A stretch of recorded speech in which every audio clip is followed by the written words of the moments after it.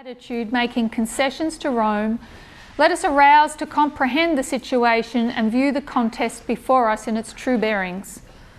Let the watchmen now lift up their voice and give the message which is present truth for this time.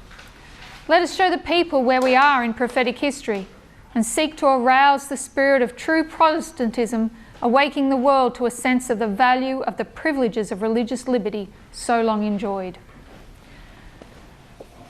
So while the Protestant world is by her attitude making concessions to Rome, what we did is we went to a couple of verses in the Bible to establish what we can know about Protestantism as it is in the world today. We recognise from, we may look at this more closely later in the week, but I think I'm just going to take it for granted that we all understand that Protestantism is the second beast of Revelation chapter 13. That it represents the work of the United States and in particular the religion of the United States. And when we look at the dynamics that occurred back in history under a threefold union, we can look and we can learn about the role of Protestantism at the end of the world. God's people faced a threefold enemy. They faced a dragon and a beast and a false prophet, a kingly power, a church power, and a spirit power. When we look at Elijah, in Elijah's time, his enemy was Ahab, Jezebel, and the prophets of Baal. First literal, then spiritual. Where do we go to find out who was the spiritual Jezebel at the end of the world? Revelation chapter 2. It's Jezebel that teaches and seduces God's people. She's the church of the 1260 years. She is the papacy. When we go back to this controversy, the controversy with Elijah, where was the crisis point in the time of Elijah? Where were they? When Elijah actually had to face when his D-Day was, whereabouts was it? The main story of Elijah. When we look back at the story of Elijah, where were they at that major crisis point? Worship. But where were they? Location. The location is a mountain. It's the church itself. They were at Mount Carmel, weren't they? They were Mount Carmel. Who was there? Elijah? Yeah. Ahab? Jezebel? Was she there? No. Where was she? She was home. She was home. She was in Samaria. Yes. She was not there. Did she have to be there? No. You couldn't see her. She had her ally. She had they represented her. They were her image. She was way back home, but she was pulling the strings. So who were you to watch? The prophets of Baal. The same when you come down to the major crisis story of John the Baptist is where? The king's palace. It's birthday party, isn't it? Yes. It's party time. Herod's there. Where's Herodias? Away from the party. She's not there. Does she have to be there? No. No, because her image is there. The daughter was the image of her mother. And there she is there doing this deceptive dance to get the king on board to do the work of Jezebel. So the dynamics are the same. We don't watch Jezebel Herodias. We know she's working. She's down there behind the scenes pulling the strings. We're to watch the prophets of Baal, the work of Salome. And today, those two, these were the deceptive powers literally, but today spiritually they take the name of Christian. Because we're told, Jesus said, be not deceived, they will come in my name. Yes. And they will do the deceiving power. So she says, while the Protestant world, while the so-called Christian world is by her attitude or her image making concessions to who? Rome, her mum, while she's saying, yes, mum, I'll do whatever you ask, mum. Let us arouse to comprehend the situation and view the contest before us in its true bearings. What's the contest? They want us dead. It's life or death. What was the contest for Elijah?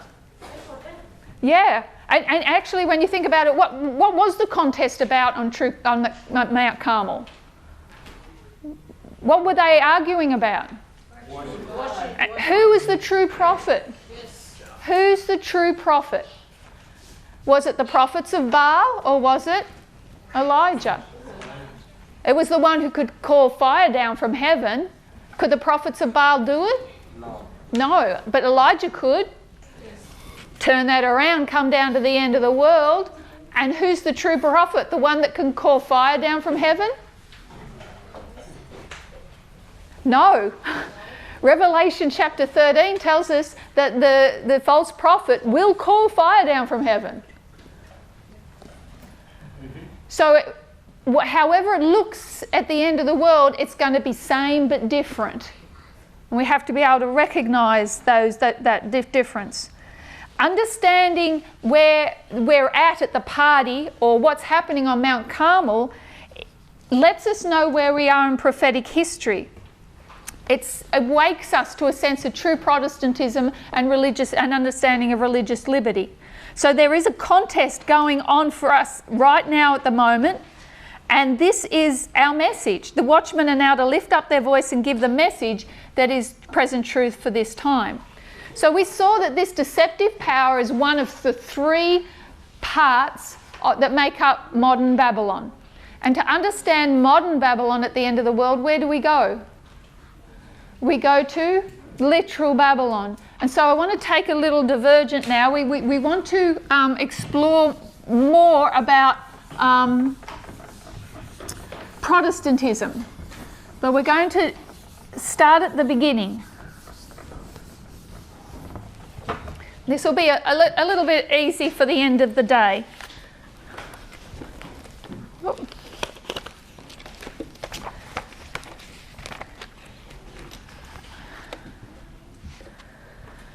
So Protestantism is a threefold union of modern Babylon. And I think I showed you my little map, didn't I? I did my little picture. Daniel chapter 2. Daniel chapter 2. So actually turn to Daniel chapter 2. Let's go.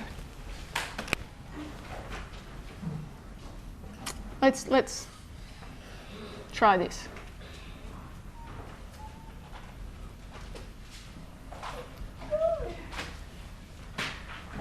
Okay, Daniel chapter 2.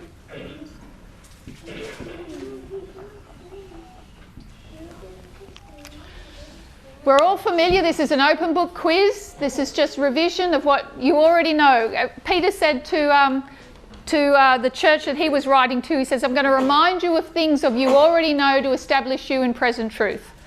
So that's what we'll do now. We'll just go do a bit of revision to try and get more of an understanding of Babylon at the end of the world. Daniel chapter 2 gives us how many kingdoms of Bible prophecy? 4. How do we know there's 4? Give me a proof text for there being 4 kingdoms of Bible prophecy. How would you tell somebody that there was 4? Daniel said it. Yeah, verse? The verse from the Bible. Daniel 2 verse?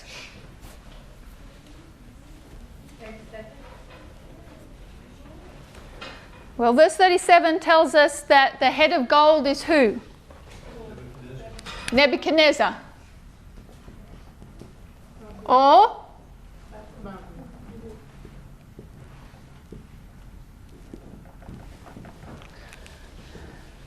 But how do we know there's 4? Verse 40. Verse 40 says, and the 4th kingdom. So first kingdom is Babylon. Second kingdom is? 3rd. And the 4th is as strong as iron, and we understand it to be? Rome. And it will tell us that Rome comes in how many phases? 2 phases, pagan and papal. So we've got gold, silver, brass, and iron. And iron mixed with clay. And the head of gold, according to verse 37, is who? Thou, O king. So that head of gold is Nebuchadnezzar. But what does the very next, verse 39 say? Very next verse. After thee shall arise another kingdom. So this head is both a king and a kingdom. Can you have a king without a kingdom? Can you have a kingdom without a king? You have to have both. And that's very, very important when you come down to the stone kingdom. Because what is the stone kingdom? It's a king and a kingdom. It's combined. Christ never separates himself from his people. He always identifies himself with his people. And these kingdoms are always identified with kings. So when we think of Medo-Persia, who are you going to think of? Cyrus, Darius, Artaxerxes. Greece, Alexander, and then you could go on to your other four. Rome, yeah, or we could just say Caesar. Caesar, but Constantine, and papacy. The Pope, a Pope. Okay, so there's always. Can you have a papacy without a Pope? No. Can you have a Pope without a papacy? Right, so that's a very important principle. It sounds like a but it's a very important principle. That's Daniel chapter 2. And what do we notice? What's the principle that we get from Daniel 2 when we go from gold, silver, brass to iron and clay? Progressive what? Progressive degeneration, because it loses worth, doesn't it? Gold is more expensive. But we also see an increase, don't we? Something else that's progressive. Yes. What? The last kingdoms, the Bible says very strong. So it decreases in value, Yes. but increases in Power. strength or power. Yes. Hardness. Decreases in value, increases in the hardness of their hearts, you might say. So the book of Daniel is built on the principle of repeat and enlarge. God is going to say the same thing and repeat it, but just give us different symbols so that we can line them, juxtaposition them and get more information. So our next line of prophecy is going to come from which book? Which chapter? Daniel chapter? Daniel 7.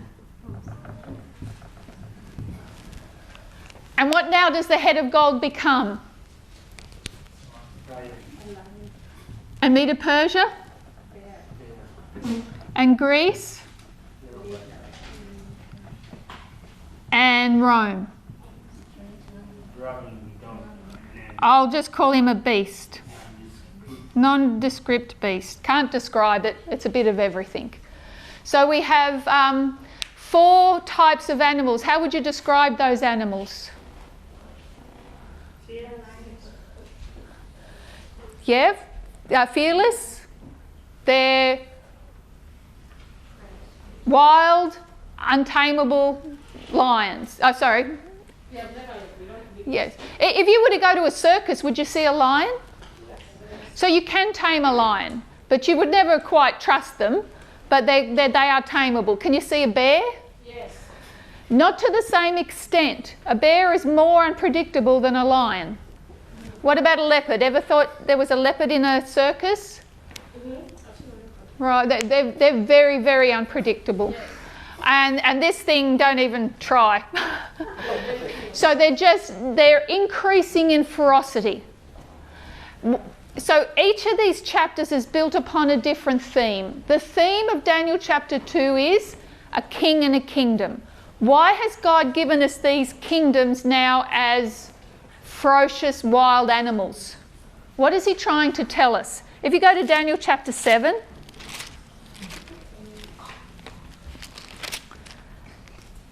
Daniel 7 says, verse 1, in the first year of Belshazzar, king of Babylon, Daniel had a dream and visions of his head upon his bed. Then he wrote the dream and told the sum of the matters.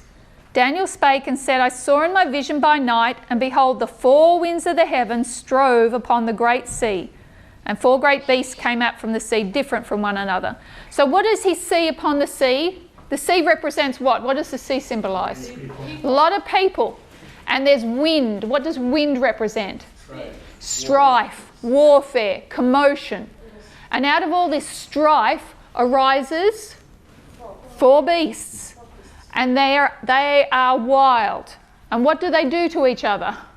They fight each other. What Daniel 7 is teaching us is about how these kingdoms conquer and rule. If we sum up that, we could call it politics. How they conquer and how they rule. And how do they conquer and rule? Like wild animals. They see something, they're just going to growl and snarl and bite, and they're going to do whatever they want to get what they want. So this is how those kingdoms behave.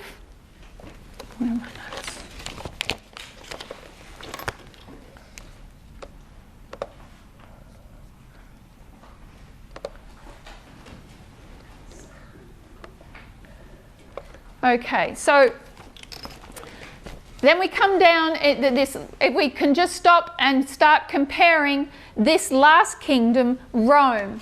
When we looked at Rome in Daniel 2, we said that it came in two phases, pagan and papal. And how were they represented in Daniel 2? The legs were pagan Rome. So what does that pure iron represent? That is pagan Rome. Pagan Rome, the Rome of the Caesars, imperial Rome, a pure government, state power. But then we get down to the feet, and the iron is mixed with clay. What is represented by the clay? Weakness. It's weak? Yes. Yes. And steady. Who was weak in our stories before when we looked at Elijah? Who was the weaker vessel? John?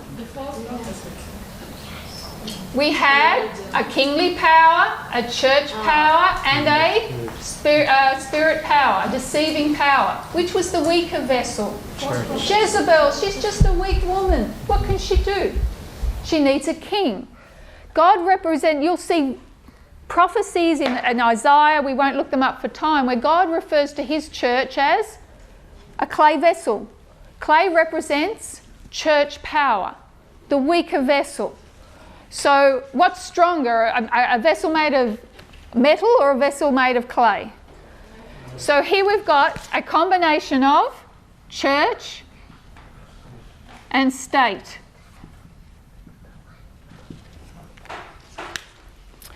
Let me give you a quote on that actually.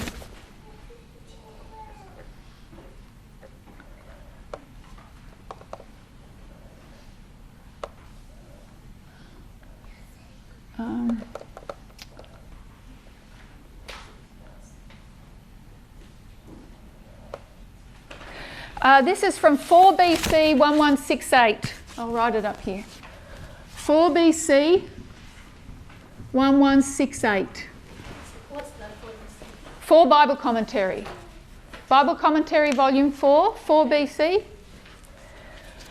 We're told the mingling of churchcraft and statecraft is represented by the iron and clay.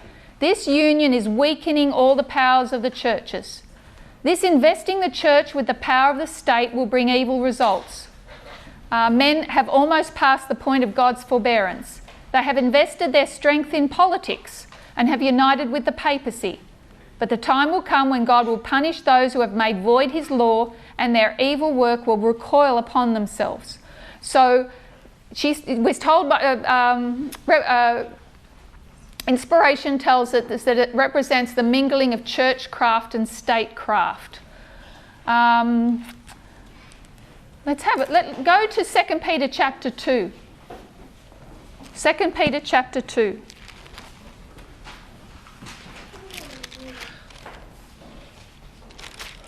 And we'll start in verse 20. We all there? 2 Peter 2:20. 2 Peter. 2 Peter 2:20. Peter is talking to the churches. He says, "For if they have escaped the pollutions of the world through the knowledge of the Lord and Saviour Jesus Christ, they are again entangled therein and overcome. The latter end is worse with them than the beginning." So he's talking about people that come out of the world, out of the pollution of the world, come into Christ and then go backslide. Their end is worse than the beginning. "For it had been better for them not to have known the way of righteousness than after they had known it to turn from the holy commandment delivered unto them. But it is happened unto them according to the true proverb, the dog is turned to his own vomit again, and the sow that was washed to her wallowing in the mire." What do we call mire today? Do we say mire? It's mud. And what is mud? It's just dirt. It's the pollutions of the world according to this passage. So mire is mud, which are the pollutions of the world. And what kind of clay have we got down that is mingling with the iron? It's miry clay. It's a polluted worldly church. So any church that is worldly, that has to have state power to give it strength, is a miry church. And it's like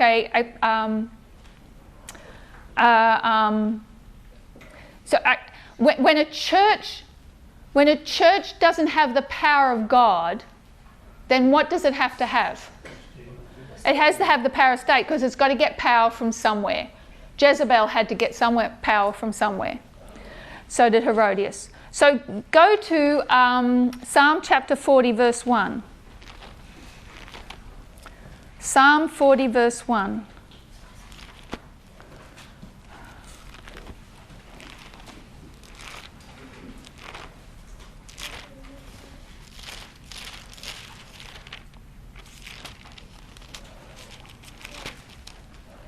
Psalm 30 verse 1 says, "I waited patiently for the Lord, and he inclined unto me and heard my cry. He brought me up also out of an horrible pit, out of the miry clay, and set my feet upon a rock and established my goings." So where was David? He was in a pit. He was in with the miry clay. He was in a worldly church. Is the rock in the worldly church? You've got to come out of the miry clay to set your feet upon a rock. The rock is not in the miry clay. So that's a principle we've got to remember. So the miry clay, this is a polluted worldly church that joins itself with the state for power purposes. Remember, he came out of a pit. He came out of a ditch. And who falls off a path into a ditch? Yeah, the blind. Okay, so when we come over to Daniel 7, we get more information of how this church and state relationship work. We go to the beast of Daniel chapter 7, and what are we told in Daniel 7? Let's open book quiz. So we've got iron and miry clay in Daniel 2, but how is that repeated and enlarged upon in Daniel 7?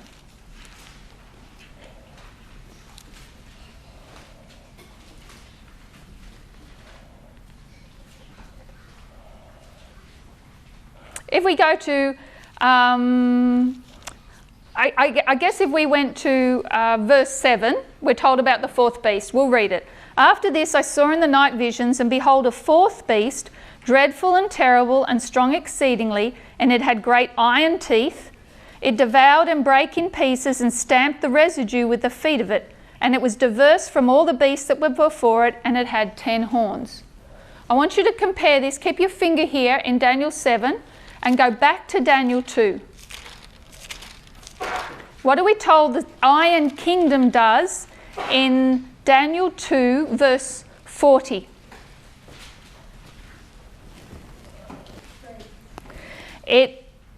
The fourth kingdom shall be strong as iron, for as much as iron breaketh in pieces and subdueth all things, and as iron that breaketh all these, shall it break in pieces and bruise. So what does the Iron Kingdom do? Breaks, breaks, breaks. Now go back to Daniel 7, and what does that fourth beast do? In verse 7, it breaks, devours, stamps. Rome, we say Rome comes in two phases, and it does, pagan and papal, but what happens to papal Rome? It died, receives a deadly wound, dies, and then it resurrects. So while we have two phases of Rome, pagan and papal, we actually have 3 times that Rome breaks, breaks, breaks. Pagan, papal before the deadly wound, and then the resurrected papal church. So I won't write that up, we'll go back to that in later. But here in verse 7, it breaks, devours, stamps. So in chapter 2, we see that we've got a combination of iron and miry clay, but how it's a combination of church and state. How is that represented here in Daniel chapter 7? Have a look at verse 25. What does this beast do? He speaks great words against the Most High, and he wears out the saints of the Most High, and thinks to change times and laws, and they shall be given into his hand until the time and times and the dividing of time. What does the church need the state power to do?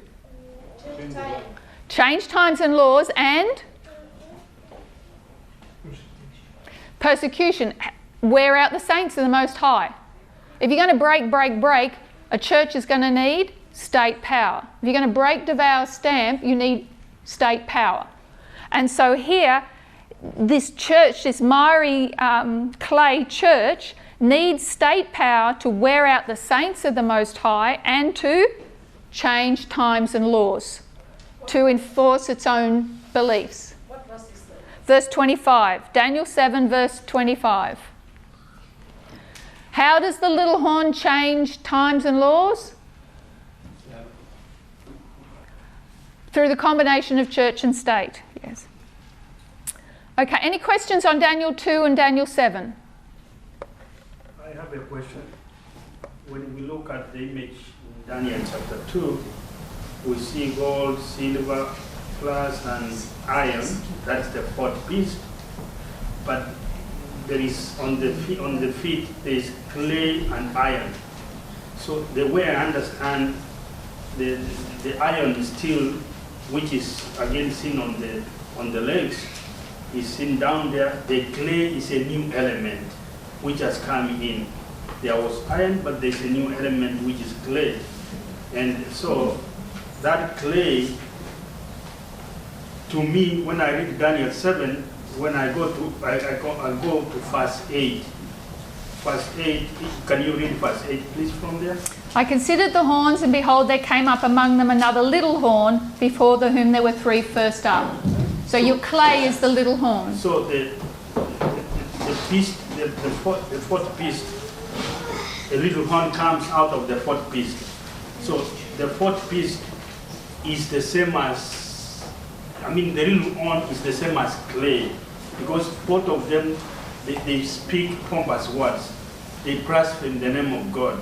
So it is the purpose which has come in play, because it's wrong, but there's clay. So when you look, clay, the little horn, and the beast from the sea, all these things are the same thing. That's the way I understand according to this verse and the rest of the verses in the Bible. So it's the same thing. So we can compare and go back and forth in great detail between these chapters. But I just want you to get the gist of what we're doing, because we've got a purpose. I'm heading towards, we want to focus in on Protestantism at the end of the world. So I understand what you're saying, but there are many similarities that we can draw. So Rome, and we will come back to the 3 phases of Rome, pagan, papal and modern, when we get to Daniel chapter 11. Okay, Daniel 8. What kind of, how are these kingdoms represented in Daniel chapter 8?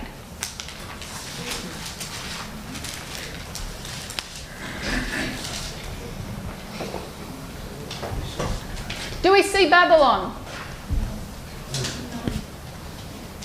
I'm going to say we do, but we won't look. We'll look at that a bit later. Not openly. How do we see Medo-Persia? No. Medo-Persia is the ram. Greece is the he-goat. And Rome is?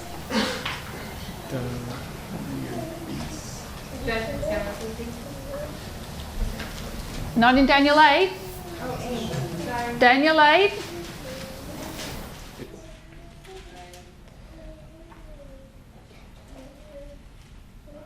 Verse 9. A little horn. What kind of animals have we got here? What's the difference between these animals and these animals?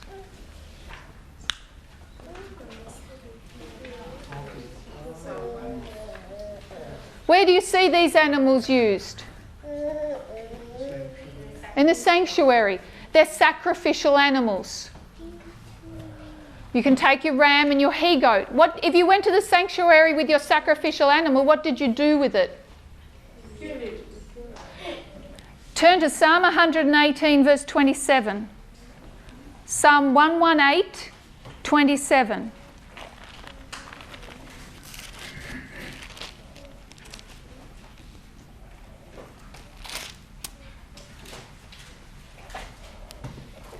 God is the Lord which hath showed us light.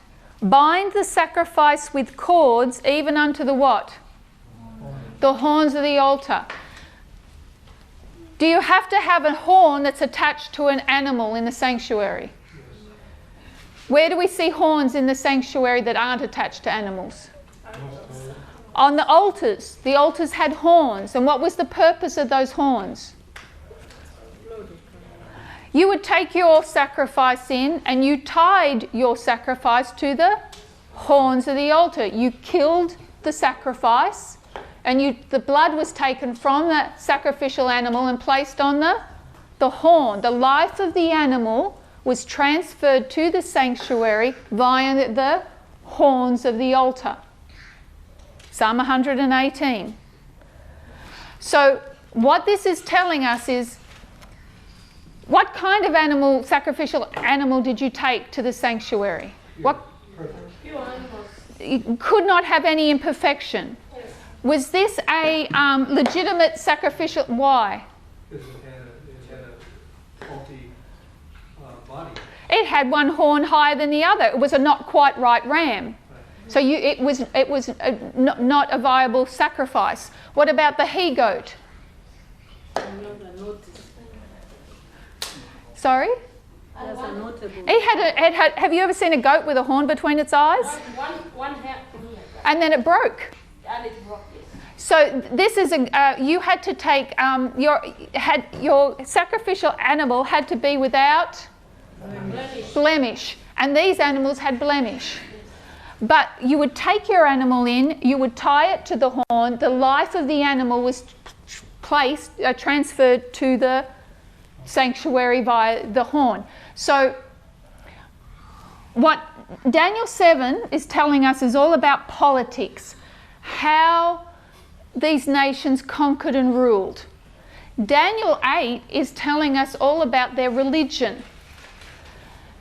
What Daniel 7 is about politics, Daniel 8 is about religion. And what kind of religion do these kingdoms have?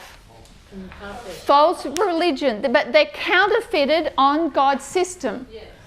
So we saw with the study we did earlier just how Satan counterfeits everything. Pagan religion is just a counterfeit of God's true religion.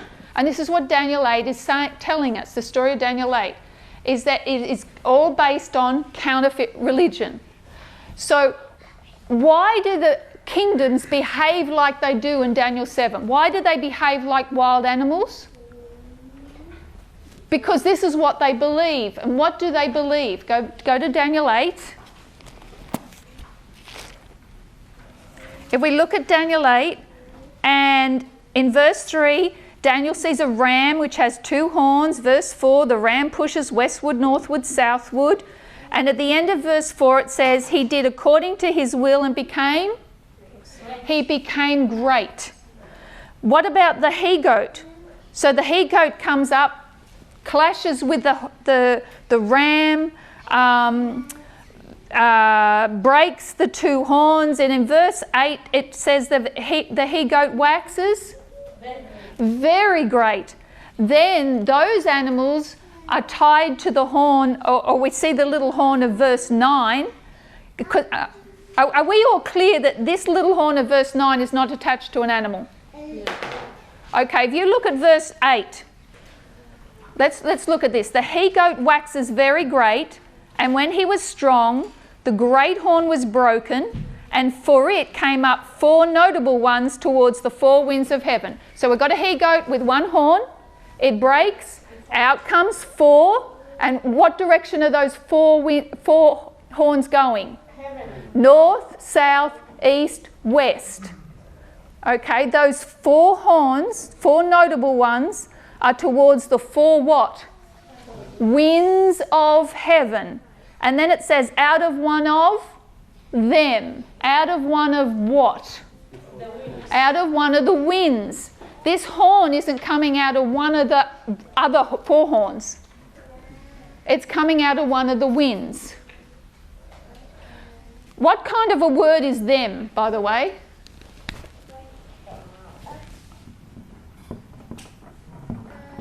It's a pronoun, isn't it?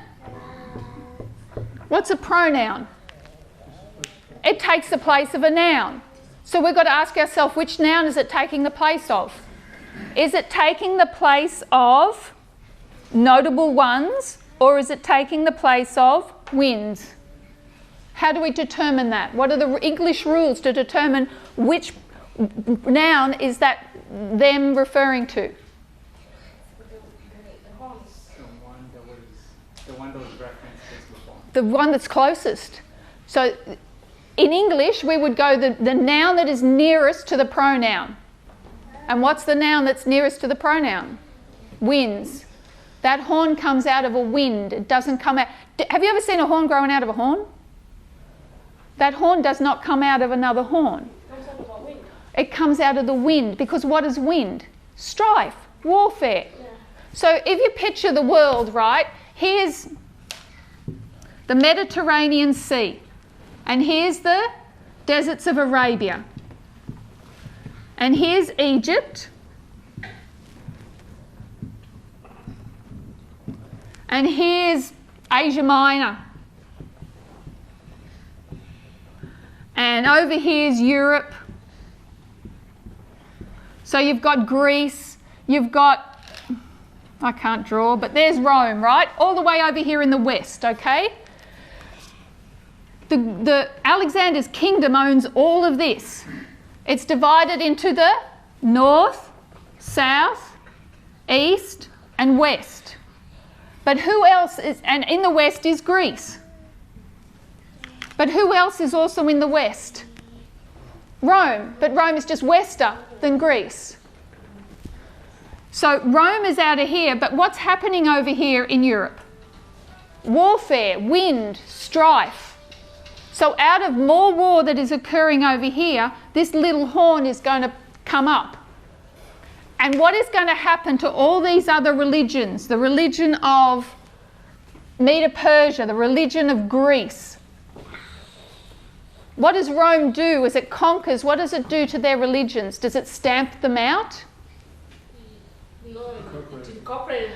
All the blood, all the life of that ram and that he-goat gets transferred to Rome. And that's the story of Daniel 8. So I'll just rub this out. I want you to see that Daniel 8 is very different to Daniel 7. Daniel 7 is about conquering politically, military power. Daniel 8 is about religion. The ram waxes great. The he-goat waxes very great. The little horn waxes exceeding great. And what does that word great mean? It's the word gadal. And the word gadal means the spirit of self-exaltation.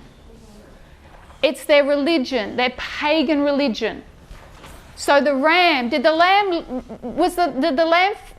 ram think it was great? Yeah, how great did the ram think it was?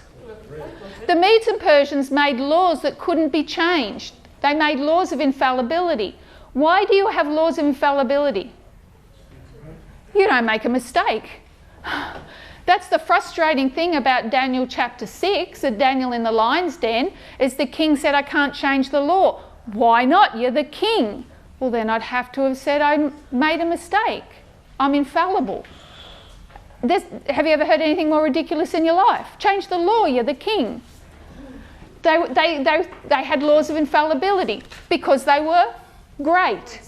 You come down to the goat and he thinks he's what? So he starts lifting himself up even more. Alexander the Great, who did he think he was? A demigod. He was half God and half man. They killed his dad because his dad thought he was God and they thought, oh, he's got to be crazy, so they killed him. Right? People didn't usually tolerate that much. Okay, then we come down to the little horn and he waxes what? He's going to take all these beliefs and incorporate them to his own religion. And he's going to wax exceeding great. And what does this little horn, who does the little horn represent? Rome. Does Rome make laws of infallibility? Yes. Does Rome think it's God? Mm-hmm. It goes even beyond what Alexander thought he was just half God. Now you get to Caesar and they're God on earth. It's crazy talk. So this is the religion of paganism. It lifts itself up more and more, and until you get to papal Rome. And if you look at verse 11, verse 11 says, "Yea, he magnified himself even to the prince of the host." That word magnified is the same word as great. It's that same spirit of exaltation. It's paganism. If we were to go back to Babylon, what's the story in Daniel about Babylon where he lifted himself up? Who was the king of Babylon? Nebuchadnezzar. Is there a story where he thought he... Yeah, when he built the great... Look at this great city which I have built for my own power. Yes. Right? He magnified himself. And what was the story? What happened to him? He was sent to the forest to graze for 7 years. Graze is a what? Like an animal, like a beast. Like an ox. Yeah. He's the original, it's the original religion. So he's there in Daniel, but he's not mentioned in Daniel 8, but he's there in the story. He's the original sacrificial animal. And what happened to him as an ox? What did that show about him? He's completely mad. He had to go and live on a whole food, plant-based diet for 7 years to get his insanity back. You know, to magnify yourself is insanity. And this is the religion of paganism. It's crazy. But how does it make you behave? Crazy. So this is how they behave. Daniel 8 tells us why they behave the way they do, why these kingdoms are at war, why they are lifting themselves up. So that's the story of Daniel 8. Any questions on that? I muddied that a little. Come on. So we could go in and look at the horns, but I mean, and then when we looked at Daniel 2, we see that their morality decreases. Why does their morality decrease? Because paganism increases. Why does their hearts harden? Because of their religion.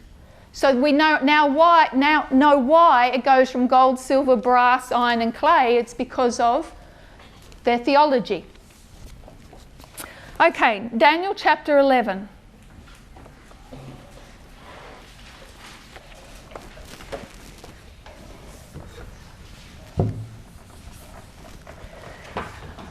If you think, just on another, before we go to Daniel 11, if you think that little horn came out of another horn, there's nothing, that would be saying that Rome came out of Greece. No. Rome didn't come out of Greece. So you have to go against history, but it is actually what Protestantism teaches. And they teach that for a reason, because they go back to Antiochus Epiphanes. They do away with the daily. They don't understand that the paganism is the continual. It's what's been around from the beginning. What has been around from the beginning is paganism, this lifting up of yourself. It began in Eden when Satan said to the woman, you will not surely die. You will be as... That's crazy talk. That's paganism. And that paganism got transferred to Cain, the controversy between Cain and Abel, because Cain thought he could come up with a religion of his own. He could worship the works of his own hands. That's pure paganism. So when it talks about the daily, it means what's continual, what's been around from the beginning. And it's this spirit of self-exaltation that started in heaven, in the courts of heaven with Lucifer, because he thought he could be like the Most High. Came down to heaven, and he's been just sharing his religious beliefs with Eve and then Cain and then everyone, until we've got whole kingdoms that have this theology. So, went from individuals to families. Cain was an individual, but then shared it with his families. They moved to the east so they could worship the sun. And then all those false religions came from there and then developed into Babel, a city that developed into Babylon, a kingdom, etc. And he's not going to stand still until he's got the whole world. Okay, so the point of that was to show that that little horn is not attached to another horn, to those other animals. So Daniel chapter 11. What's the story of Daniel chapter 11?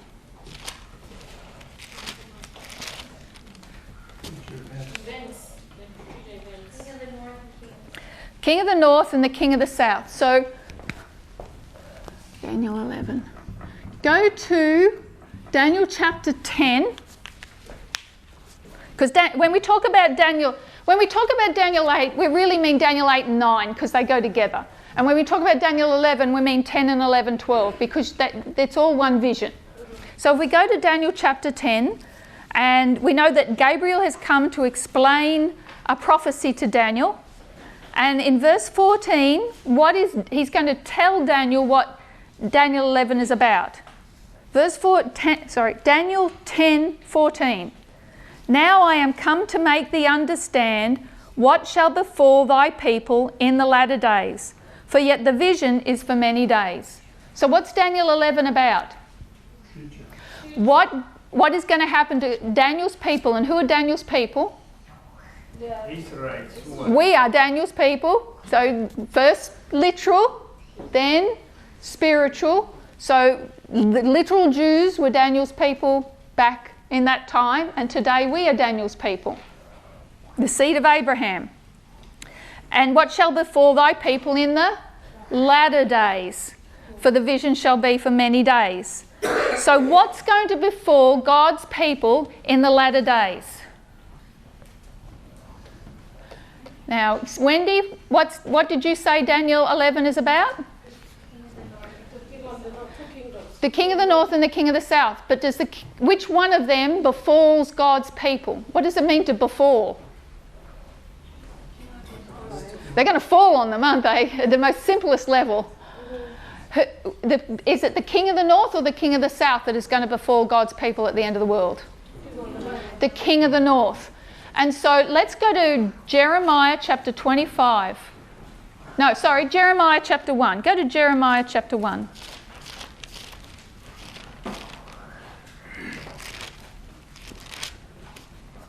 Jeremiah chapter 1, and we'll jump into verse 13. Jeremiah 1:13. 13. And the word of the Lord came unto me the second time, saying, What seest thou? And I said, I see a seething pot, and the face thereof is toward the north. Then the Lord said unto me, Out of the north an evil shall break forth upon all the inhabitants of the land. For lo, I will call all the families of the kingdoms of the north, saith the Lord, and they shall come, and they shall set every one his throne at the entering of the gates of Jerusalem, and against all the walls thereof round about, and against all the cities of Judah. And I will utter my judgments against them, touching all their wickedness, who have forsaken me, and have burned incense unto other gods, and worshipped the works of their own hands. So, who burns incense to other gods and worships the works of their own hands? Are they the king for the Yeah, pagans, don't they? Pagans do that. But what's been happening with God's people? They've been mingling the paganism with their own religion. So they've been worshipping like a pagan. So what is God going to do according to these verses? He's going to send all the families of the king of the north, Who are all the families of the north? The Babylonian family, the Medo-Persian family, the Greece family, and the Rome family. They are all the families of the north, and he's going to call them to do what? To judge his people, because his people are doing what? Worshipping like Babylonians, Medo-Persians, Greeks and Romans. He uses the king of the north to bring punishment on his own people for breaking the covenant. The covenant that Sister Rachel was talking about today, that God's people didn't keep, God punishes them by bringing the king of the north on them. What befalls God's people at the end of the world? The king of the north, the king of the north, the king of the north, the king of the north. It all depends on which end of the world you're living, which is what Brother James was talking about this morning. When is the end? Well, there was an end in Noah's time, an end in Moses' time, an end in Christ's time, an end in the Millerites' time. And what befalls them all in that time is the king of the north. That's the purpose of these kingdoms. So if we go to Daniel 11, do you see Babylon in Daniel 11? Kind of skips it. But we're in Jeremiah. Who is Babylon? The original king of the north. We understand Babylon is the king of the north. So I'm going to write king of the north here, but I'll put it in brackets because it's implicit in Daniel 11. But then we've told Medo-Persians come, and the Medo-Persians are the king of the north. Let's just go back to our map. Here's Jerusalem. Here's this land bridge between Asia Minor and Europe and Egypt.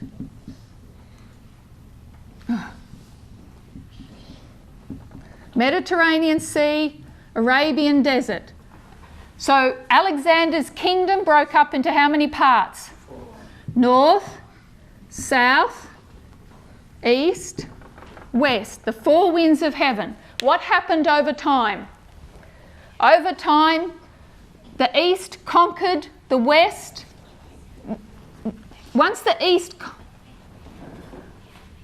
If you knock out the king of the north, who do you become? You become the king of the north.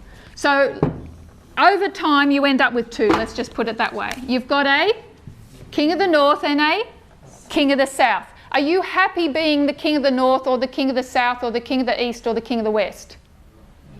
You want to be king of the whole bang lot. Okay, so what's separate? If you wanted to conquer Egypt, where do you have to go? Egypt. You've got to go through the glorious land.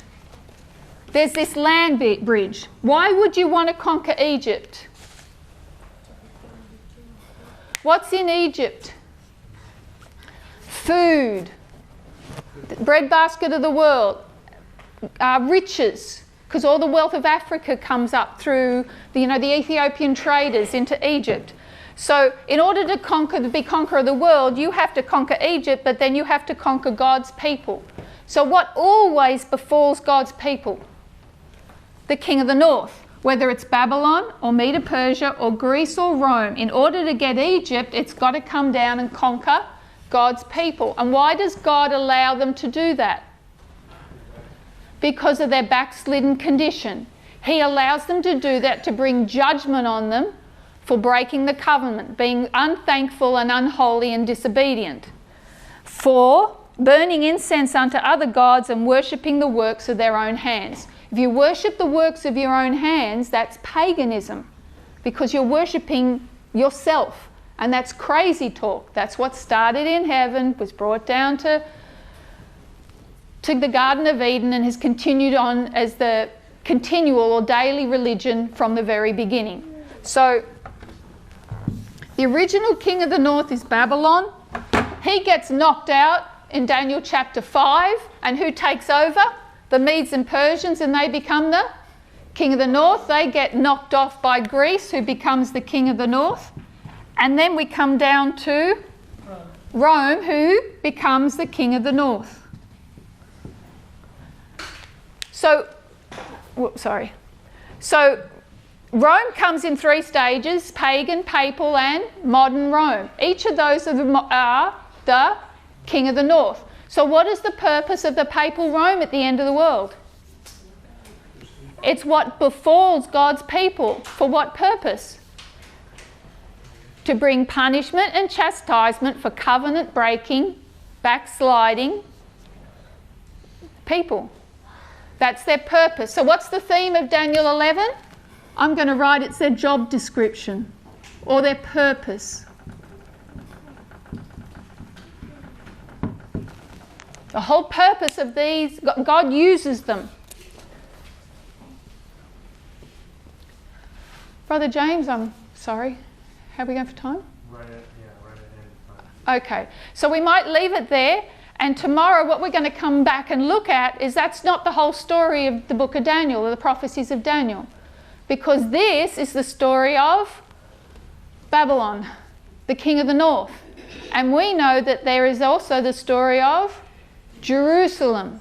So we want to learn what we can learn about God's kingdom from the book of Daniel. So is there any questions on what we've done so far?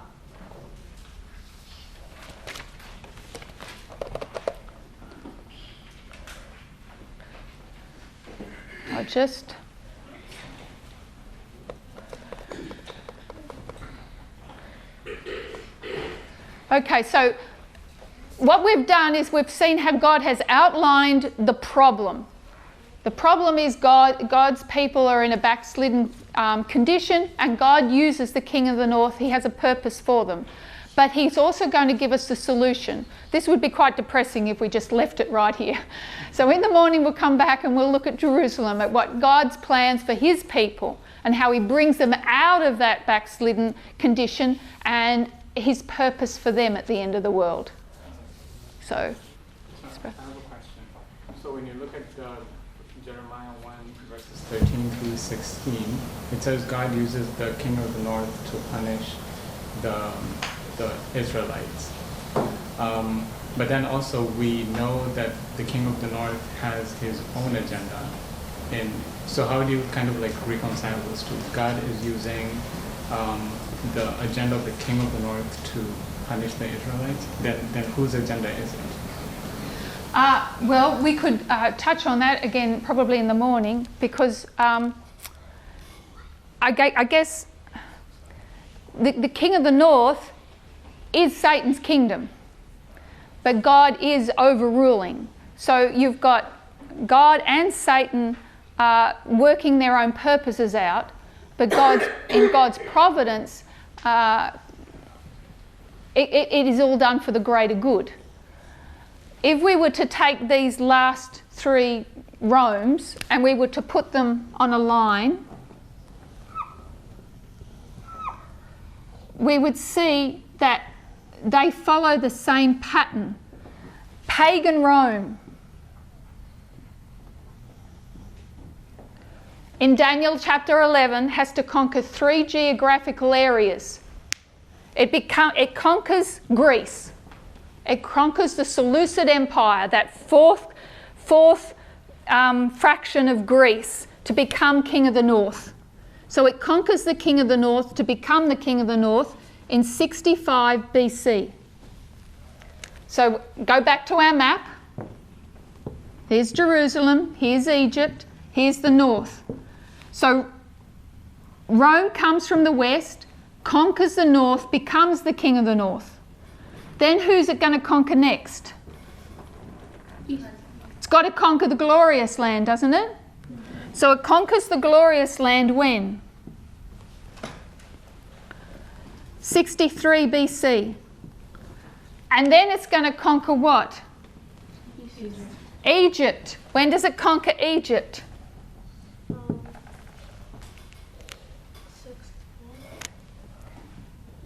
31 BC, Battle of Actium, and it rules the world for how long?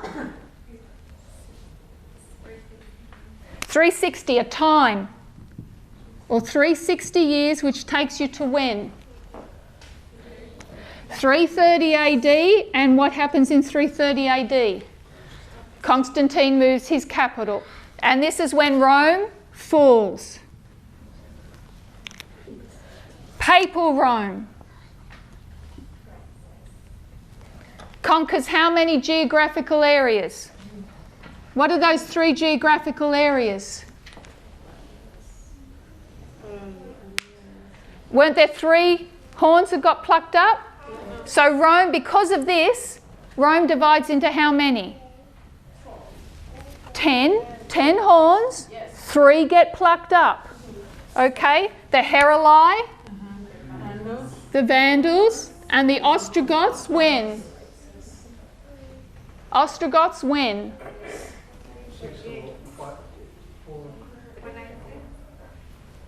Come on, you good Adventists. You know it. No, close though, no cigar. 538. And rules the world for how long? A time, times, and half a time, or 1260. And then what happens? It falls, 1798. What causes the fall here? What's happening? What comes? All these trumpet powers. What caused the fall here? Trumpet powers. Okay, so this is all the book of Daniel. This is Daniel 11. This is Daniel 11. But Revelation fills in the gaps. How does it fall? Revelation chapter 9, Revelation chapter 8, Revelation chapter 11. Okay, so we come down to modern Rome. Daniel 11, 40 to 45, we might go over that. How many geographical areas? Sorry, Papal Rome, what happens in 1798? Deadly wound. Deadly wound's got to be healed. That healing, it's got to conquer 3 geographical areas. What's it got to conquer? The king of the south. And who else? No. Glorious land. And then Egypt. And then it's going to rule the world for how long? Short space, not long. And then it's going to fall. So when we look at these patterns, who's in control, God or Satan? God. I don't think Satan is capable of this. This is the handprint of God. This is line upon line. This is history repeating. This is God. God is the end, reveals the end from the beginning. Yes. And when you see these patterns, that's not God is not the author of confusion. And this actually isn't confusion. When you can lay things out line upon line and see history repeating, it's while they worship the way they're worshipping, it's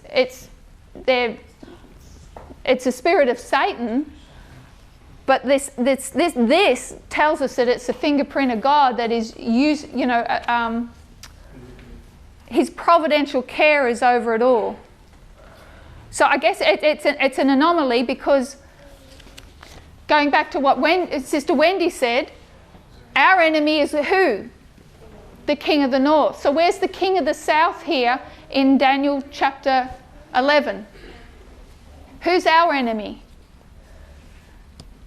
The king of the north. The king of the north is Babylon, and the Babylon is Satan's kingdom. So who's the king of the south? Us? Is it Satan's kingdom? Is it God's kingdom? God's kingdom, It's not. it's a kingdom. God's kingdom is It's an independent. It doesn't listen to God and it doesn't listen to Satan. Yeah. It's these. We have to understand how these trumpet powers work, because the trumpet powers, Islam is a trumpet power. What are we told about Islam in Genesis 16? His hand shall be against every man, and every man's hand shall be against him. Does he listen to anybody? No. Does he listen to God? Does he listen to Satan? Neither does the king of the south. They're independent agencies. God can use them, Satan can use them, but neither of them are a part of his kingdom. And I'm not talking about individuals, we'll be calling, Can I Islam. ask a question? On the illustrations that you have put over there, you have talked about the wound that the Papa incurred in 1798. The wound. Yeah. What was the wound anyway? All right, we'll look at that. So if I can hold that question, because we'll be looking at that in more detail, and we'll come back to that. We might go over this history a bit better, especially Daniel 11:40 to 45. You can't understand the healing of their deadly wound unless you understand the inflicting of the deadly wound. So we'll look at that. But the point I really want to leave on is that what is the king of the south doing here? It's actually holding back the king of the north. As evil and as bad as they are, they're restraining the king of the north from bringing judgment. They're distracting it. So the king of the north really is, the king of the south isn't really, it's neither one or the other. But it plays, God uses it. Does that make any? While the king of the south is holding back the king of the north is not, until the king of the north conquers the king of the south here, can it bring down the glorious land? No. So it's being restrained here by the king of the south. And we can see that it's just a repeat of the history of pagan Rome. So we might review that tomorrow. So we might leave it there, and we'll close with prayer.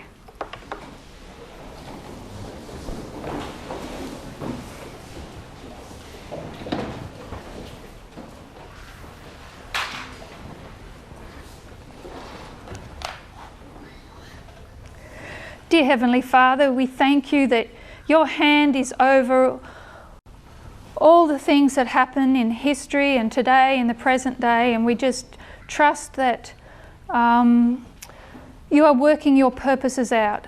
We want to be Daniel's people. We understand that punishment is brought upon your people, but we also pray that you would grant us a message to bring the warning that is necessary for your church, and then the warning that is to go to the world. So as we leave tonight, we pray for travelling mercies, we pray for a restful night, that we'll be able to think on these things, chew on them, and come back tomorrow and get greater clarity. And so we just leave ourselves in your care and ask in Jesus' name. Amen.